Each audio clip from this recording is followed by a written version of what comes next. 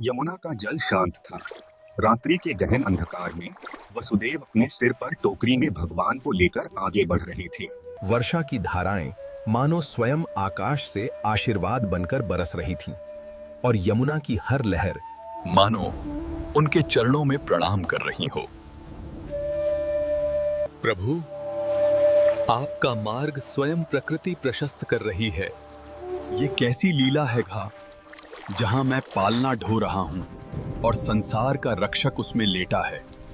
यमुना के पार पहुंचते ही नंद बाबा के घर से शिशु रुदन की ध्वनि आई। यह धन था। वसुदेव ने अपने बालक को यशोदा के पास रख दिया और यशोदा के पुत्र को लेकर वापस कारागार लौट आए। देखो नंद बाबा, ये तो स्वयं आनंद का रूप है।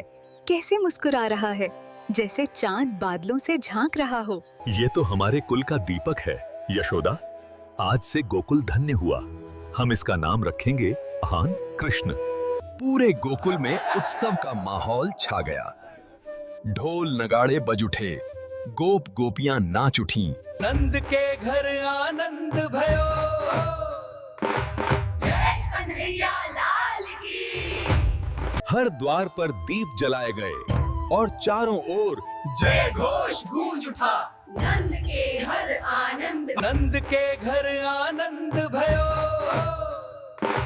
जय कन्हैया लाल की। पर उधर मथुरा में कंस को नींद नहीं आ रही थी।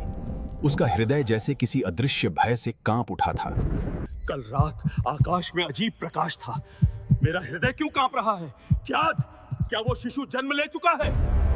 कंस ने अपने मंत्री को बुलाया और आदेश दिया।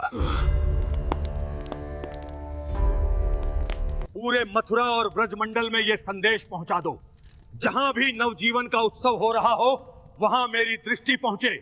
जो मेरे भाग्य को चुनौती देने का स्वप्न देख रहा है, मैं उस शिशु को ढूंढकर यमलोक भेज दूंगा, जो मेरे अंत का कारण बनेगा। और तभी मृत्यु के समान भयावह एक शक्ति को कंस ने पुकारा पसार। पूतना। महाराज कंस, बताइए, वो कौन सा बालक है जिसके भविष्य पर आप स्वयं अंधकार की छाया डालना चाहते हैं? गोकुल नाम की एक नगरी में जन्मा है एक शिशुद, जिसके आगमन पर आकाश में अलौकिक ज्योति। पूतना आकाश में उड़ी। उसका रूप भयावह था, पर जब वह गोकुल पहुंची तो एक सुंदर स्त्री का रूप धारण किया।